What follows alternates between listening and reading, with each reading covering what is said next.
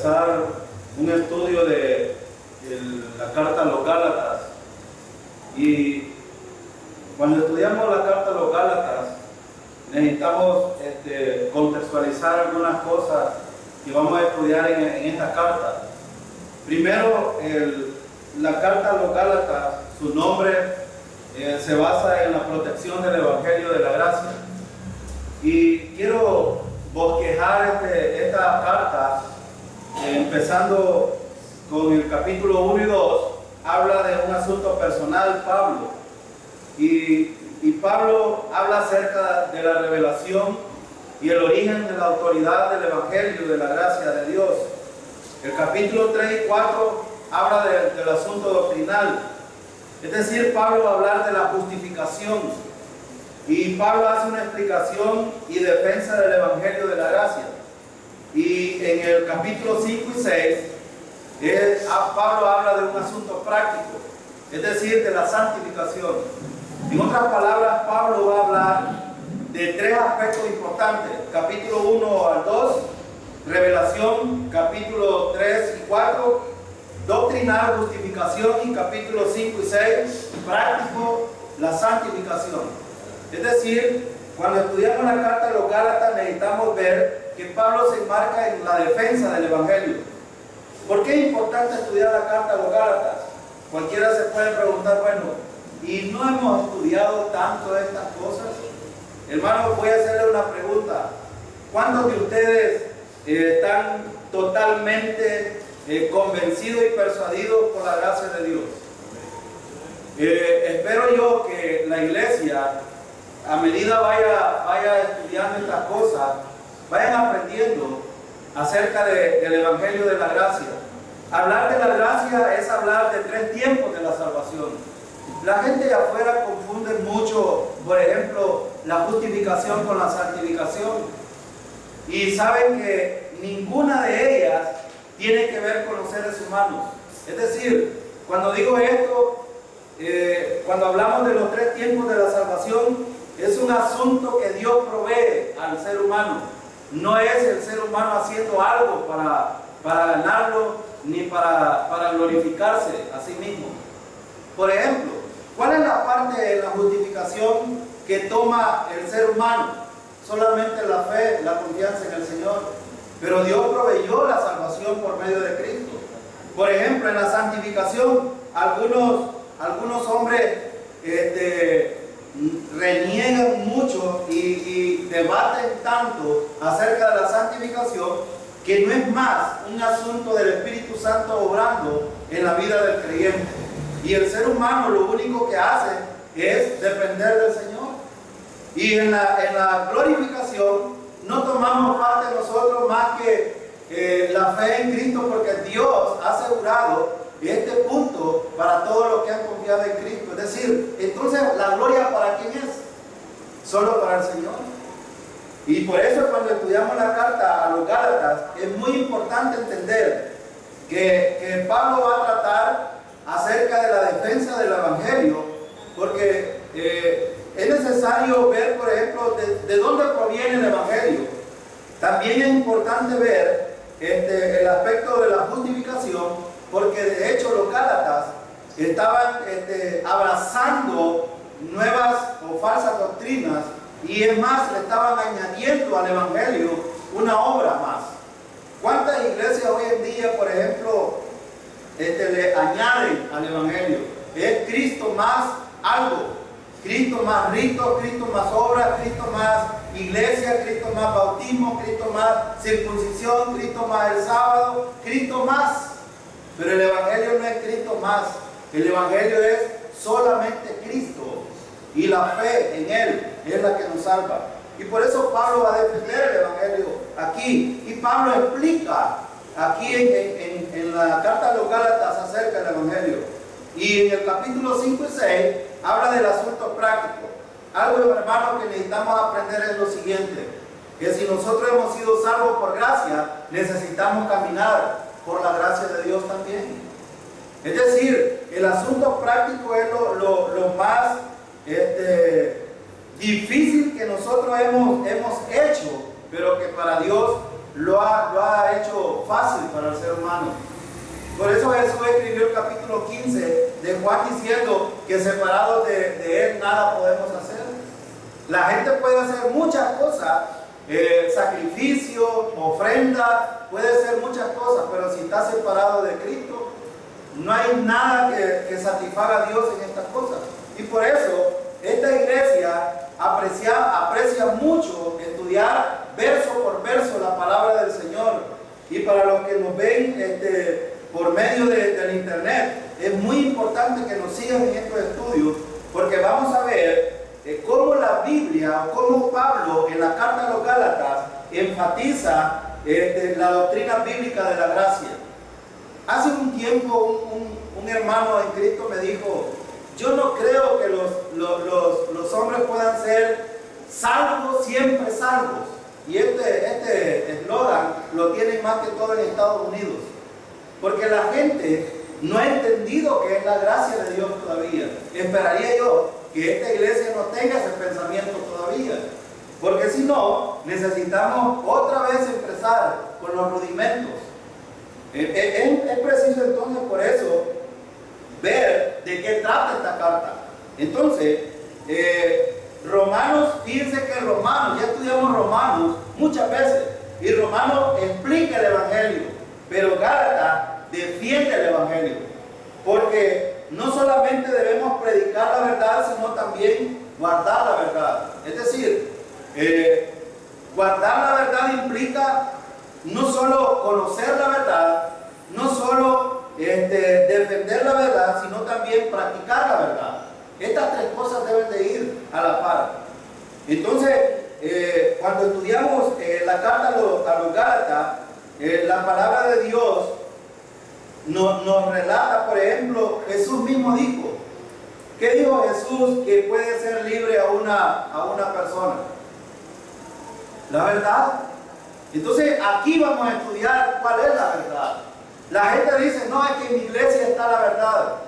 Allá muchos creyentes dicen: no, es que la verdad es el sábado, la verdad es el bautismo, la verdad es esto. Y ponen muchas cosas acerca de la verdad. Pero no nos equivoquemos, la verdad se encuentra en la palabra de Dios. Y Jesús mismo dijo que Él era la verdad. Él mismo dijo que era la vida. Él mismo dijo que Él era el camino. Pero entonces, cuando hablamos de la verdad, hablamos del Evangelio de la gracia. Entonces, vamos a ver acerca del escritor de esta epístola. Versículo 1 de la carta a los Gálatas. Dice el versículo 1: Pablo, apóstol, no de hombre ni por hombre, sino por Jesucristo y por Dios el Padre, que lo resucitó de los muertos. El escritor de la epístola es Pablo. La primera cosa que vemos es el escritor de esta epístola, el apóstol Pablo. En esos días, ellos no es como nosotros en nuestra costumbre en El Salvador, y creo que en la mayoría de países, cuando se escribe una carta, la persona que la envía la firma al final de la carta. En los días de Pablo era importante sustentar quién era el escritor de la carta al principio de la carta, no al final.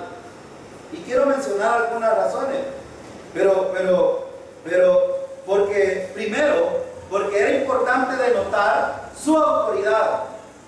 De hecho, el sello de la carta aquí lo pone Pablo en el versículo 1, y vamos a ver qué es lo que habla Pablo acerca de esto. Ahora, la pregunta es: ¿qué sabemos del apóstol Pablo? Bueno, hay muchas cosas que a lo mejor saben ustedes. Quiero mencionar algunas cosas. ¿Sabían ustedes que nació antes de Jesucristo? Pablo nació más o menos 2 años antes de Cristo. Esto es decir, es muy importante. Es muy importante porque era contemporáneo del Señor. Ahora, vivió en la ciudad de Tarso, pero Pablo, o mencionado Saulo de Tarso anteriormente, Dios tenía un plan específico para él.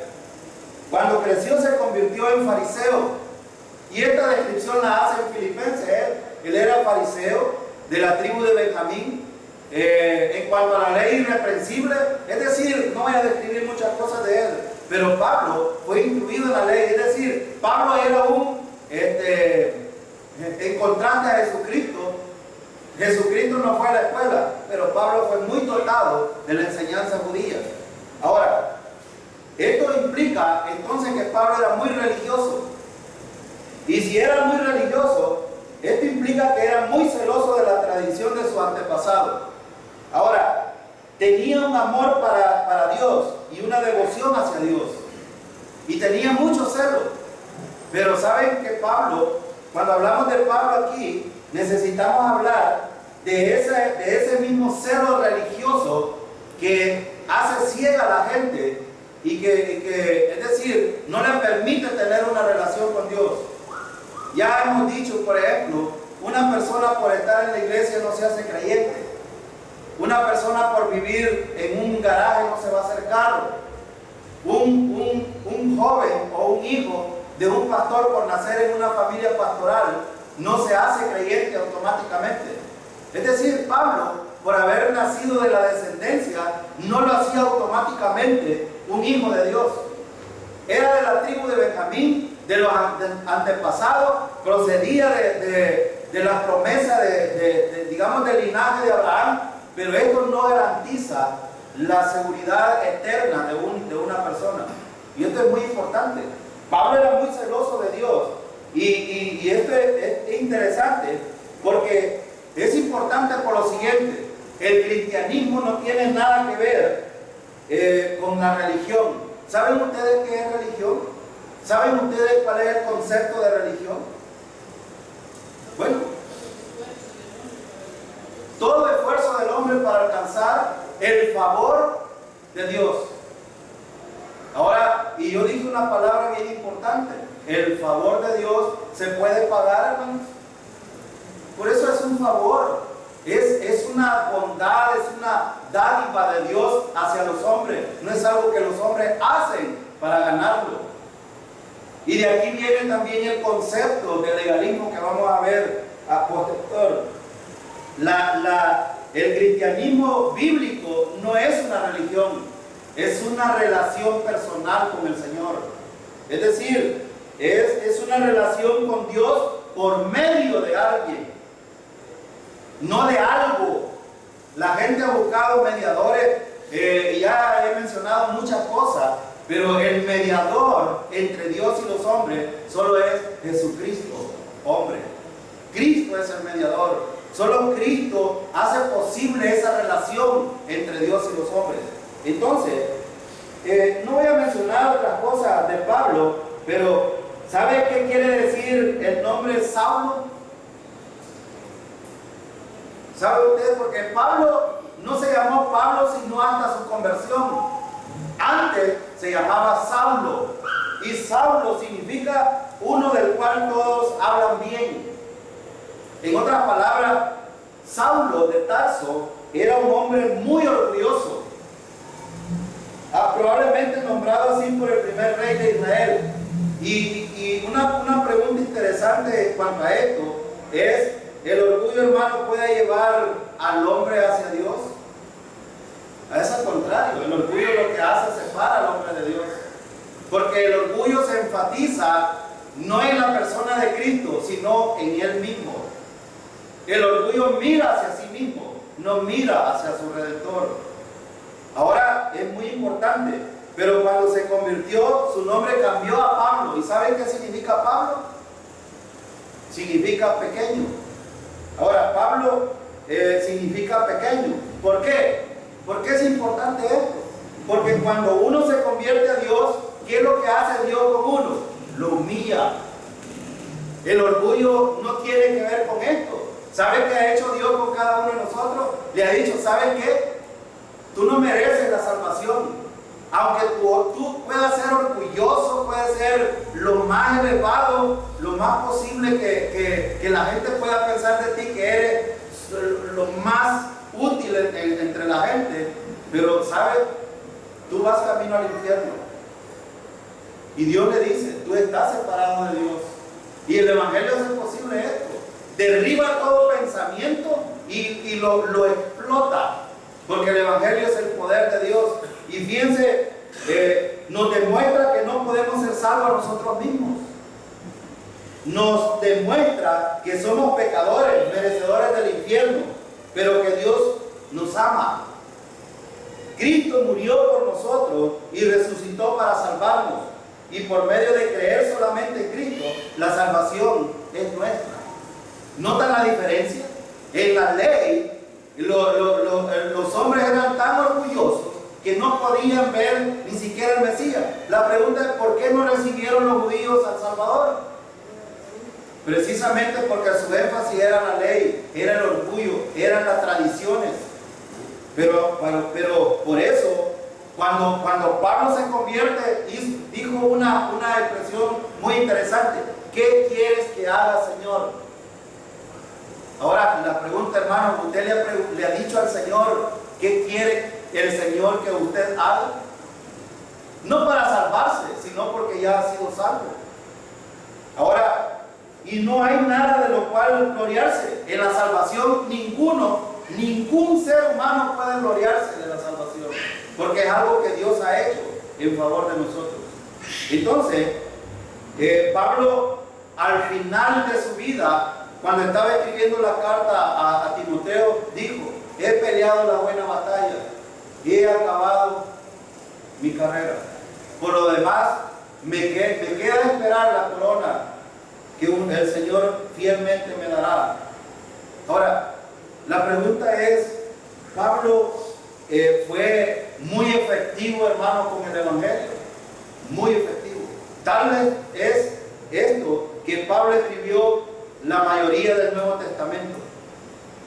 La mayoría de las cartas del Nuevo Testamento, probablemente Hebreos, fue escrita por Pablo, aunque el escritor no lo dice, pero parece ser que la dinámica y el enfoque que tiene la carta a los Hebreos pareciera ser que proviene de Pablo. Pero hay otras, por ejemplo, Santiago, Juan, esas las escribieron los apóstoles. Pero es muy interesante ver que Pablo tuvo que ir desde lo más alto hacia lo más bajo, porque el Evangelio eso es lo que hace con las personas. Ahora la pregunta es, ¿el Evangelio te está haciendo humilde o te está haciendo orgulloso hoy en día? De hecho, hermano, necesitamos humillarnos siempre. Necesitamos recordar de dónde venimos, porque no merecemos nada de parte del Señor. Algunos dicen, bueno, lo que yo tengo, lo merezco. Yo pregunto, ¿qué es lo que merecemos realmente como pecadores nosotros? Lo único que merecemos es el infierno. Y si estamos hoy aquí, ha sido por la gracia y la misericordia de Dios. Y todo cuanto hemos percibido este día ha sido por la gracia y la misericordia de Dios. Ahora, hay algo importante. Vamos a ver el apostolado de Pablo. La palabra apóstol significa uno enviado con una misión o mensaje.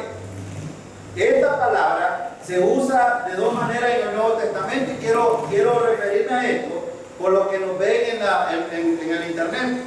Yo creo que ustedes ya manejan estos términos, pero por ejemplo se usa en dos maneras en el Nuevo Testamento: el sentido estricto o técnico y en una manera general.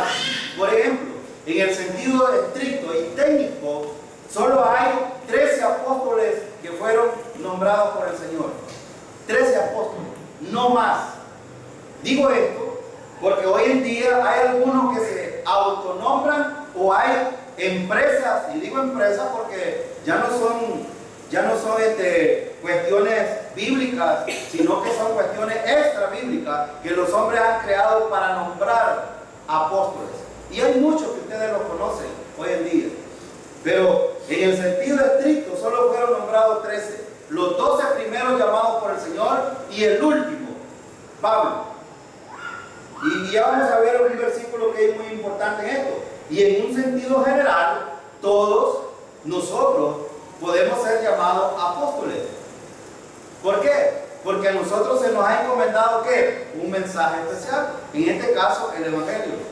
En otro sentido, es muy importante ver la palabra apóstol por su autoridad. ¿Saben que es importante denotar que las cartas tenían un sello, en este caso del apostolado, porque el apóstol era la mayor autoridad dentro de la iglesia. Y hay otros, por ejemplo, que fueron nombrados como apóstoles, por ejemplo Bernabé déjenme ver, de manera general hubo otros apóstoles como Bernabé o Timoteo, y son llamados apóstoles de la iglesia, pero no apóstoles del Señor, sino apóstoles de la iglesia. Es muy diferente. Ahora, para llegar a ser apóstol, no hay que ir a una escuela de apóstoles. No hay institución que pueda ser apóstoles. ¿Quién es el que da este ministerio? El Señor. Es un don que proviene del Señor. Y por eso miren el versículo 1, ¿de dónde proviene el apostolado de Pablo? Miren el versículo, dice: Pablo apóstol, no de hombre ni por hombre, sino por Jesucristo y por Dios, el Padre, que lo resucitó de los muertos. ¿De dónde provenía el apostolado de Pablo entonces? De Dios. Ahora, ¿por qué es importante esto? Porque en la carta de los Gálatas, los Gálatas son unos, ¿cómo se llama? Personas que vinieron más o menos de Italia y de otra región a asentarse. Quiero mencionar algo. Cuando hablamos de la carta a los Gálatas, no solo se refiere a una ciudad, es una región donde está, por ejemplo, Iconio, Listra, Derbe y otras ciudades a las cuales Pablo predicó y fue y estableció iglesias ahí. Es decir, que esta carta no es enviada a una sola iglesia, sino a varias iglesias que están en una región. Y estos Gálatas, o estos se les llama también galicios, son gente muy orgullosa. Eran muy orgullosos, y por eso Pablo inicia dando esta descripción. Primero, ¿quién es el que escribe la carta? Segundo, ¿de dónde proviene el apostolado? Y tercero, enfatiza el origen y enfatiza la persona de Cristo aquí. Ahora vamos a ver alguna cosa importante aquí. ¿Cuáles son algunos requisitos del apóstol? Solo lo voy a mencionar, no vamos a leer los versículos, pero ¿cuáles son los requisitos exclusivos para ser llamado apóstol en el tiempo de Pablo? Por ejemplo, haber visto a Cristo resucitado era uno de los requisitos. Primera de Corintios capítulo 9 versículo 1. Voy a leerlo rápidamente. No soy apóstol, no soy libre, no he visto a Jesús el Señor nuestro, no sois vosotros mi obra en el Señor. Si para otros no soy apóstol, para vosotros ciertamente lo soy, porque el sello de mi apostolado sois vosotros en el Señor. Ahora, hermanos, si Pablo se parara hoy aquí y decir cuál es el sello del apostolado, podríamos decir que somos usted y yo. ¿Y por qué Pablo habla acerca de esto? Precisamente porque Pablo vio al Señor. Ahora la pregunta es, ¿cuándo lo vio? Camino a Damasco. Recuerden cuando él iba, estudiamos Hechos de los Apóstoles, él vio al Señor. Ahora, había gente en la iglesia de Corinto que dudaban del apóstol Pablo, como dudaban también de los Gálatas, dudaban de la autoridad de Pablo, y por eso era muy importante mencionar esto. Ahora otro de los requisitos es haber sido personalmente nombrado por Jesucristo. La pregunta es, ¿cuándo fue nombrado Pablo por Jesucristo para ser apóstol? Se encuentra en Hechos capítulo 26, versículo 13. Dice: cuando a mediodía, oh rey, yendo por el camino, vi una luz del cielo que sobrepasaba el resplandor del sol, la cual me rodeó a mí y a los que iban conmigo. Y el versículo 14: y habiendo caído todos nosotros en tierra, oí una voz que me hablaba y decía en lengua hebrea: Saulo, Saulo, ¿por qué me persigue? Dura cosa te es dar cosas contra el aguijón. Yo entonces dije: ¿qué quieres? ¿Quién eres, Señor? Y el Señor dijo: yo soy Jesús, a quien tú persigues. Pero levántate y ponte sobre tus pies, porque para esto he aparecido a ti, para ponerte por ministro y testigo de las cosas que has visto, y de aquella en que me apareceré a ti. Entonces, el Señor llamó a Pablo directamente. Son dos cosas muy importantes que necesita en este tiempo de Pablo para poder ser apóstol técnicamente hablando. Ahora la pregunta es, ¿hay apóstoles hoy en día que se nombran ser apóstoles? Sí, hay muchos. Aquí en Guatemala tenemos varios. Pero notemos cómo o cuando Pablo habla de su conversión en el versículo 16. Y por ejemplo, lo que Pablo escribía tendría autoridad por varias razones. Primero, porque fue nombrado apóstol de Jesucristo. Él mismo lo nombró. Y Pablo lo dice aquí en el versículo 1. También, hoy en día no puede haber ningún apóstol. ¿Por qué? Porque nadie puede tener estas calificaciones hoy en día. Y cualquiera puede decir, no, pero si yo vi, algunos dicen, no, pero yo vi al Señor sentado a mis pies anoche en la cama. O a otros dicen, yo vi en sueño al Señor y Él me dijo. Hermano, la pregunta, y no voy a hablar de estas cosas así a profundidad, pero la pregunta es, ¿hay revelación directa de parte del Señor hoy en día? La Biblia dice que no, porque ya todo está completado en la palabra del Señor. Todo lo que está aquí es la instrucción que la iglesia necesita. Es más, hay algunos que se sueltan a decir que ya no es tiempo de hablar de la Biblia, porque hoy hay nuevas revelaciones. Pero esto no es cierto. Hoy en día no puede haber ningún apóstol porque nadie puede tener estas calificaciones. Pero algunas personas dicen este tipo un montón de cosas acerca de este llamado. Pero quiero que veamos un versículo que es muy importante, que establece la Biblia que ya no pueden haber apóstoles como Pablo. Vaya a 1 Corintios capítulo 15, el versículo, no vamos a leer todo el pasaje, pero vamos a ver el versículo 7 y versículo 8. 1 Corintios 15, 7 y 8. Miren lo que dice la Biblia. Ya no pueden haber apóstoles. Y si se suelta uno a decir que es apóstol, no tiene la autoridad para hacerlo. Miren lo que dice el versículo 7. Después apareció a Jacobo, después a todos los apóstoles. Versículo 8. Y al último de todos, como un abortivo, me apareció a mí. ¿Qué dice Pablo acerca del último apóstol? ¿Quién fue el último apóstol llamado por el Señor? Pablo.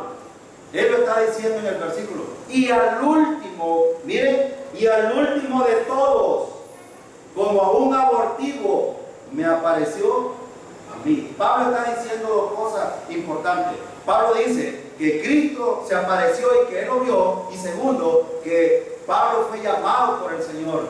Y tercero, Pablo dice que ya no pueden haber apóstoles porque el último fue Él en su llamado. Ahora, vamos a ver otras cosas importantes aquí. La autoridad de Pablo. ¿De dónde consiguió Pablo esta autoridad? ¿Cómo llegó a ser apóstol? Versículo 1. El apostolado de Pablo no provino de hombre, es decir, que no se originó en hombre. La palabra que dice aquí por, sino por, en el griego es ek. Y ek significa que sale de una fuente. Es decir, ¿quién es la fuente aquí? Jesucristo. Jesucristo es la fuente. El apostolado de Pablo no proviene de ningún hombre, porque la fuente es Jesús. Pablo no llegó a ser apóstol porque fue nombrado por hombres, incluyendo los líderes de Antioquía. Cualquier hombre en el contexto de Pablo pudo verse gloriado de haber puesto a Pablo, pero aquí no hay ninguna gloria. La gloria es para el Señor. Cristo puso a Pablo como apóstol. También el apostolado de Pablo no era por medio de hombre. Esto significa sin ninguna mediación humana. Pablo no llegó a ser, miren el versículo dice, y por medio del Padre que lo resucitó de los muertos. Y antes dice, no de hombre ni por hombre. Es decir, no hay mediación humana en esto. Ahora, Pablo era divinamente nombrado por Jesucristo y por Dios el Padre. Jesucristo y Dios el Padre nombraron directamente a Pablo. Si alguien llegara donde Pablo a decirle, ¿quién te nombró apóstol? ¿Qué cree que diría? Jesucristo. Jesucristo. ¿Y diría la verdad Pablo? Totalmente. Ahora, ¿por qué es importante esto? ¿Y por qué estoy tratando de ir despacio en este punto? Por todas las cosas que vamos a estudiar en esta carta de Gálatas. Porque es muy importante que inclusive Pablo en el capítulo 2 tiene ¿cómo podría decir? No voy a decir un pleito, sino una discusión. Tiene una discusión inclusive con Pedro. Porque Pedro, siendo judío, se había pervertido dentro de esta iglesia de los Gálatas. Y lo vamos a estudiar más adelante. Pero es muy importante establecer la autoridad de Pablo, porque esto quiere decir que Pablo tenía autoridad para escribir esta carta. Y como la tiene hoy, si usted habla, por ejemplo, con un mormón hoy, le va a decir, no, es que el Nuevo Testamento no tiene ninguna autoridad para nosotros. La autoridad para nosotros es el libro mormón. ¿Y sabe quién escribió el libro mormón? Smith. Smith. ¿Y Smith cómo recibió esa revelación? Que se comió una 10 pupusas y soñó una noche y le vino ese sueño, como a veces nos pasa a nosotros. Aclarando esto para los nicaragüenses que nos oyen, porque ahí en Nicaragua decir pupusa es como decir que estuvo acostado con varias mujeres. Es terrible, en Nicaragua no se puede decir esta cosa. Pero es muy importante establecer esto, porque Pablo tenía autoridad, hermanos, para escribir esta carta a los Gálatas totalmente. Tenía toda la autoridad. Ahora, en El Salvador, la pupusa es una comida típica. Es una comida, voy a explicarlo así rápidamente. Es una comida que lleva varios ingredientes, que se hace de maíz, de masa de maíz, con chicharrón, loroco, frijoles y queso. Y se hace una comida muy exquisita. De hecho, los salvadoreños somos famosos por comer pupusas. Pero esa es precisamente pupusa. En otros lugares no sé qué significado tendrá, y por eso explicaba esto, para no impedir un pensamiento distinto a esto. Ahora, hermanos, oradores de Pablo, versículo 2. Miren, Pablo empieza hablando también, y todos los hermanos que están conmigo a las iglesias de Galacia. Ahora, Pablo no solo establece la autoridad que proviene de Dios, su apostolado, sino también que haya una compañía de otros creyentes con él. ¿Esto qué implica?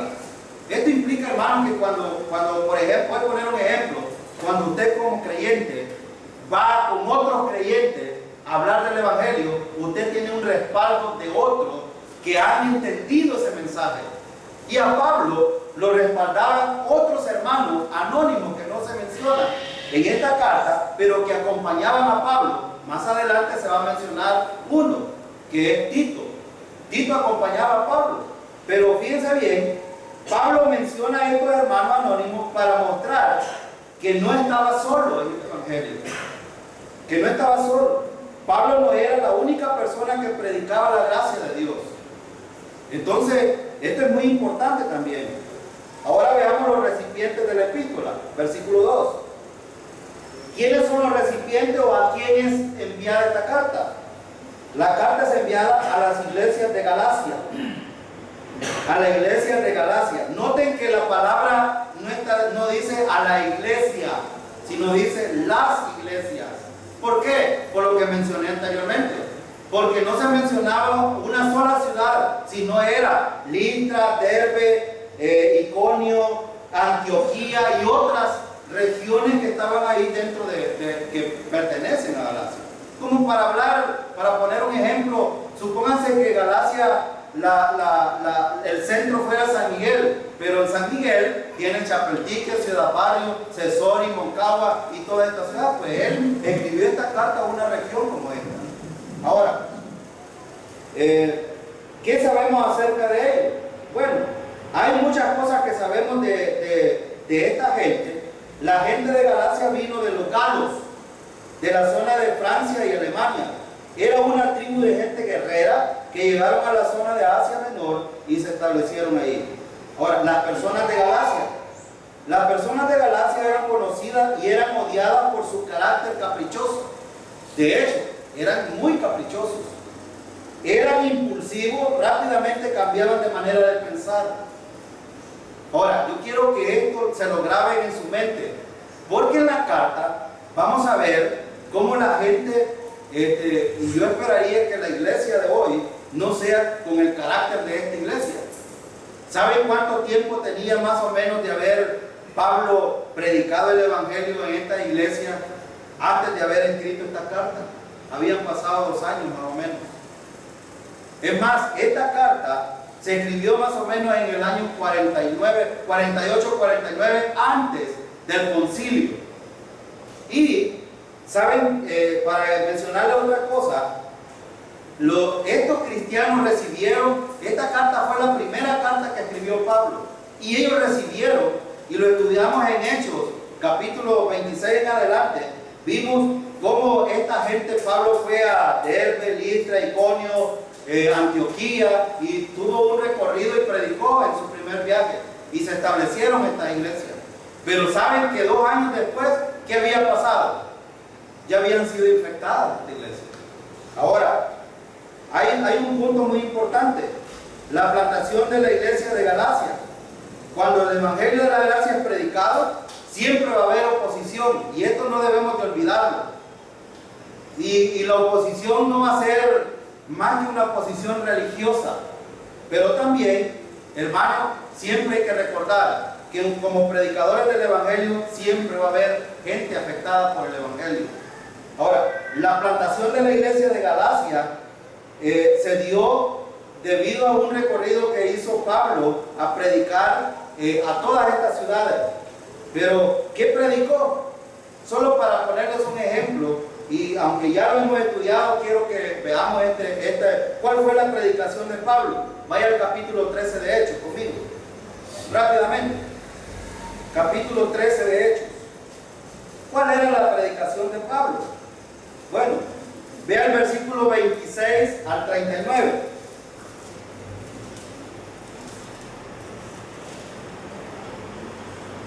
¿Saben dónde? El contexto en el cual está aquí está en Antioquía de Pisidia, una región parte de Galacia.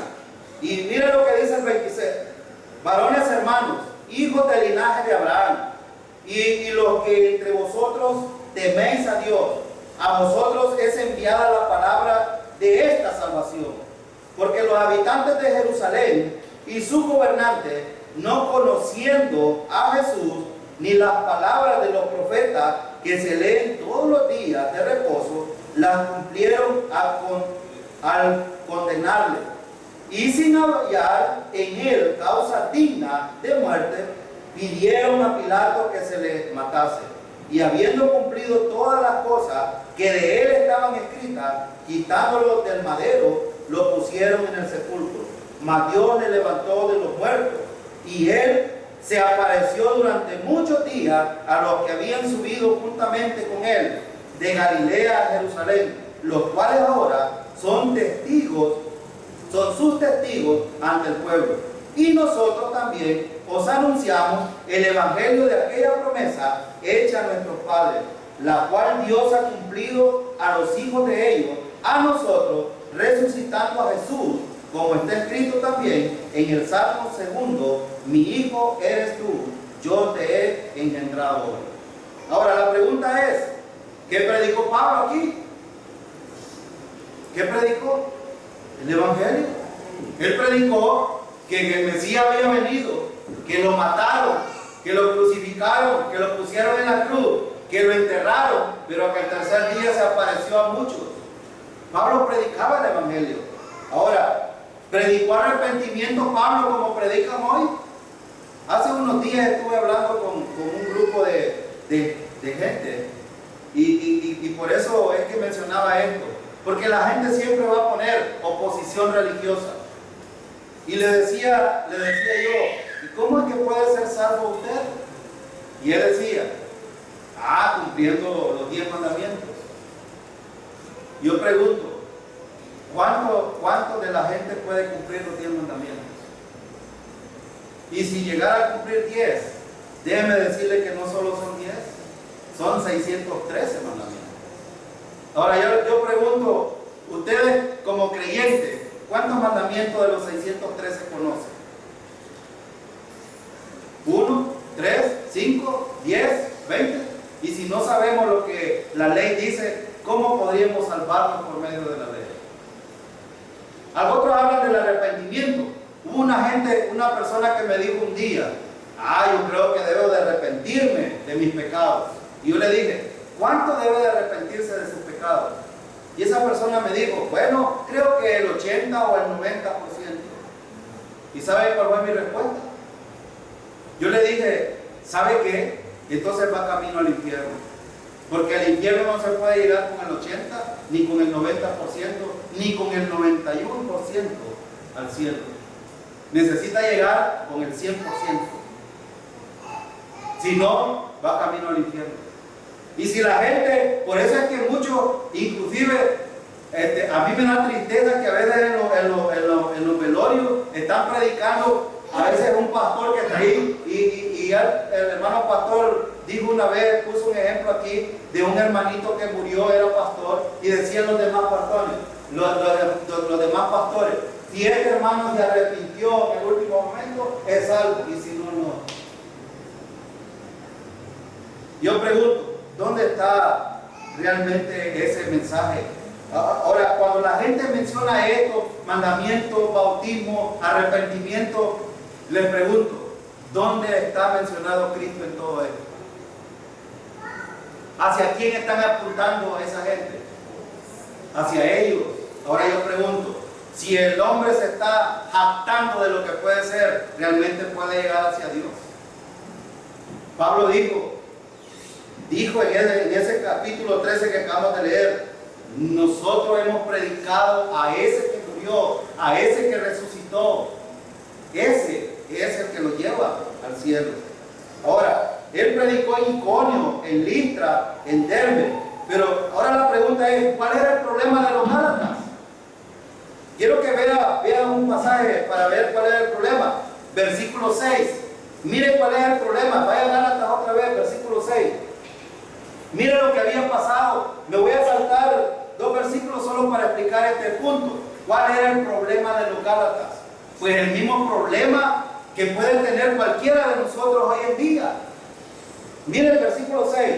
Estoy tan maravillado de que tan pronto se hayáis alejado del que os llamó por la gracia de Cristo para seguir un evangelio. Esto significa que cualquier cosa que no apunta a Cristo es cualquier otro evangelio. Y Pablo dice, estoy maravillado, estoy tan asombrado que ustedes que creyeron en el Señor ahora están siguiendo otro evangelio. La pregunta es bien crucial aquí. Un creyente que ha puesto su confianza en el Señor puede desviarse del verdadero evangelio. Sí, puede desviarse. Hermano, es muy importante establecer esto como iglesia. Los creyentes, cualquiera y aún los que predicamos aquí, podemos desviarnos del verdadero evangelio. Ayer escuchaba a un hombre que todos los días tiene culto familiar, pero ponen sus aparatos a todo volumen ahí, un vecino. Y estaba hablando del capítulo 20 de Apocalipsis. ¿Y saben qué estaba diciendo? Todos vamos a comparecer ante el gran trono blanco. Y si nuestras obras son halladas correctas, iremos al cielo. Y si no, iremos al infierno. ¿De quién habla el capítulo 20 de Apocalipsis? ¿De creyentes o inconversos? Inconversos. ¿Se ha apartado del verdadero evangelio? Claro que sí.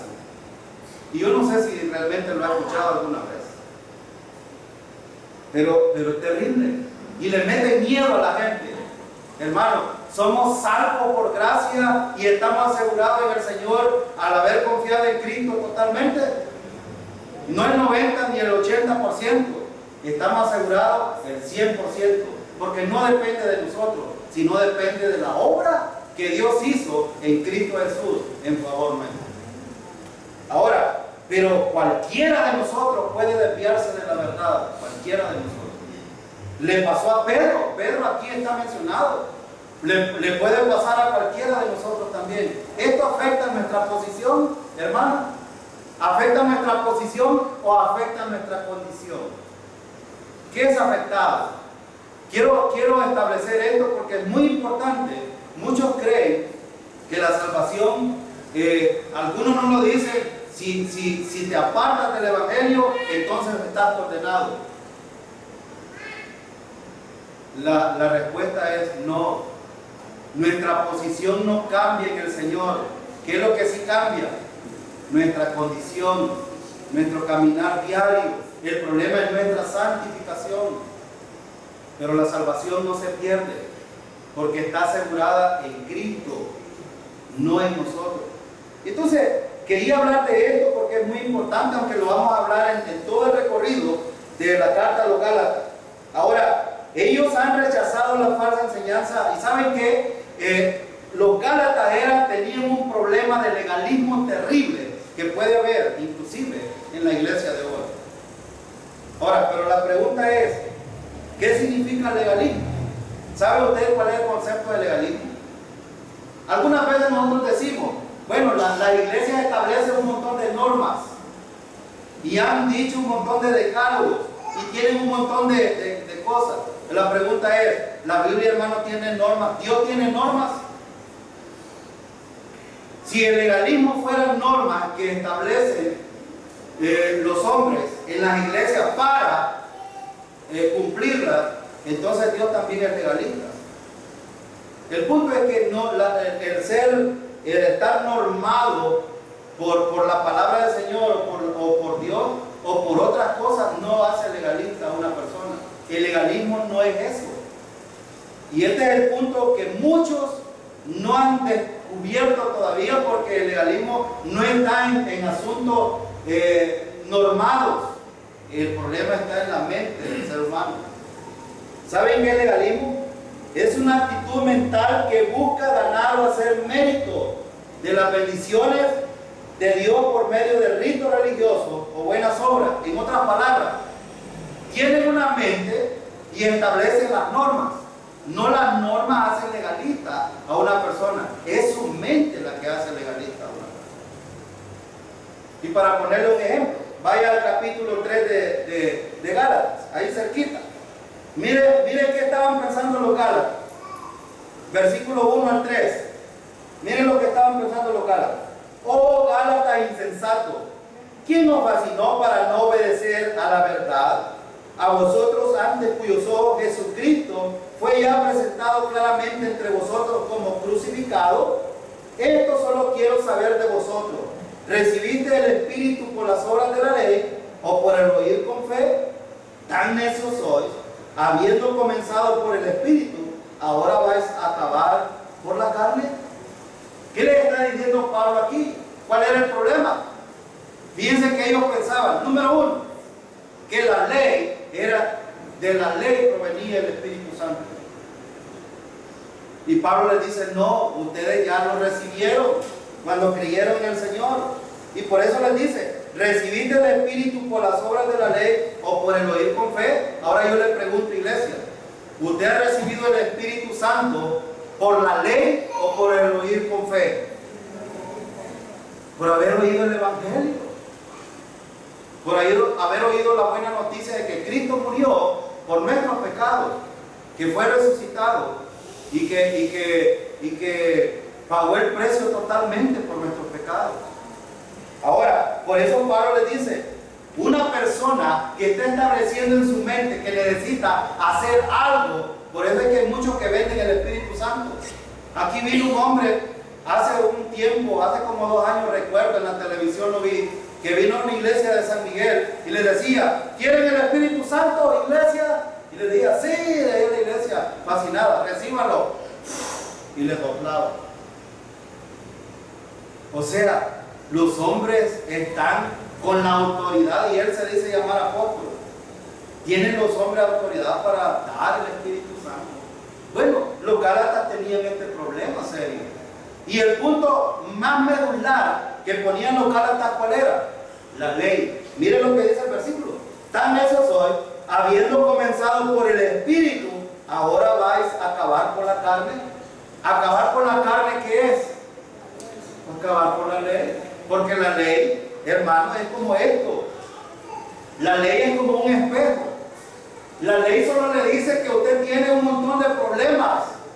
Le dice que es pecador. Le dice que delante de Dios está arruinado. Pero también le dice que Dios es santo. Pero me voy a pasar la ley por la cara yo para quitarme o por el cuerpo mis pecados. Por eso es que la ley, al final, cuando alguien quiere basarse la santificación o la espiritualidad en la ley, fracasa. Fracasa. Porque lejos de hacerse espiritual, se hace carnal por medio de la ley. Ahora, quiero finalizar con los siguientes versículos. Los versículos 3, 4 y 5. Pero quiero decir algo. El legalismo no es lo que haces, sino lo que piensas, hermano. Cuando tú piensas que algo, por ejemplo, no está bien, y a veces le impones cosas, normas a la gente, eso es legalismo. Porque tú lo piensas, no lo dice la Biblia. El legalismo exalta la ley en vez de exaltar a la gracia. El legalismo no se apega a la letra de la ley, sino se apega a la letra de la ley y no al espíritu de la ley. El legalismo es el contraste de la gracia de Dios. El legalismo dice que la aceptación de Dios es un salario que uno gana. La gracia dice que la aceptación de Dios es un regalo que simplemente nosotros recibimos. La ley te dice, ve y gana la salvación. La gracia te dice, recíbela. Es un regalo. El legalismo se enfoca en lo que no debe hacer para Dios. La gracia se enfoca en lo que Dios ha hecho por uno. Bendita gracia, hermano. Si usted se enfoca en lo que Dios ha hecho por usted, está en el camino correcto. El legalismo está motivado por la culpabilidad, el miedo, la vergüenza o el orgullo. La gracia está motivada por el amor y la seguridad. Un creyente establecido en la gracia está seguro totalmente en el amor de Dios, que es en Cristo Jesús. El legalismo enfatiza reglas externas.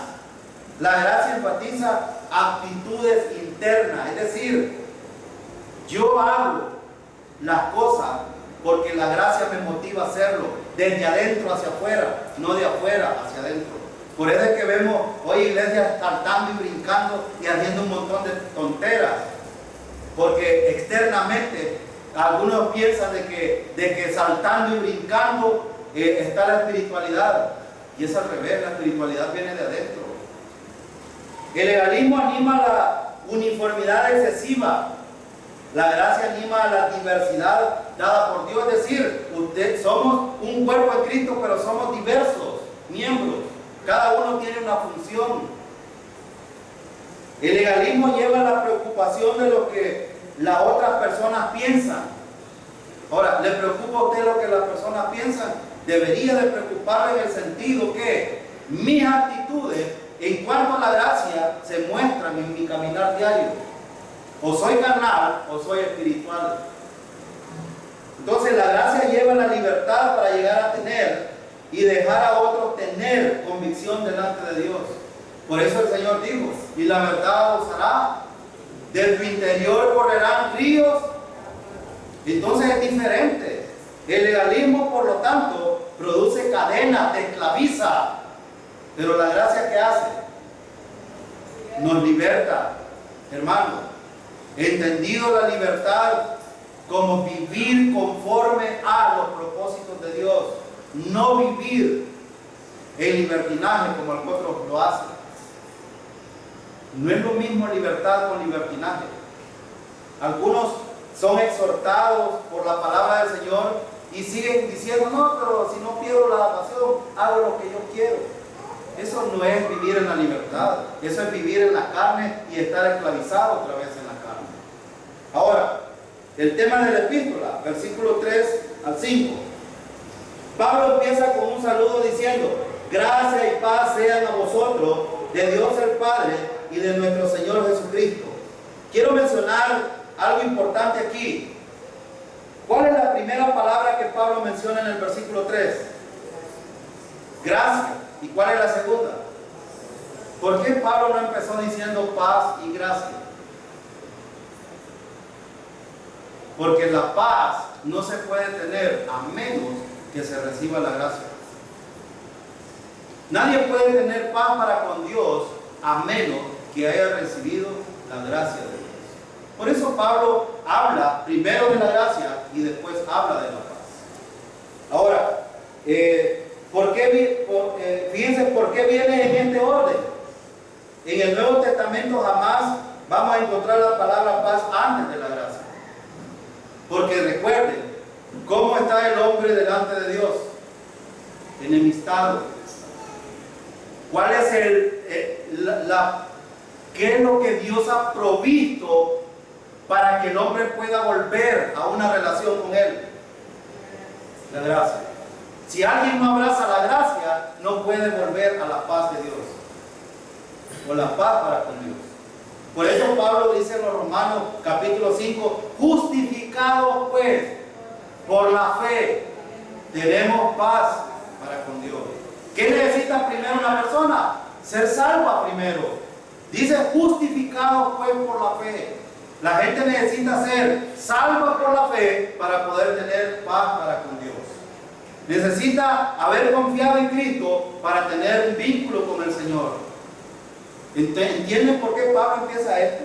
Por eso Pablo les dice, gracia y paz sean a vosotros, de Dios el Padre y de nuestro Señor Jesucristo. Usted no le puede decir esto a un inconverso. Esto se lo puede decir a un creyente. ¿Por qué? Porque ha recibido la gracia. Y en la gracia, y en esa relación, y en ese vínculo con Jesucristo, tiene paz para con Dios. Ya no hay enemistad.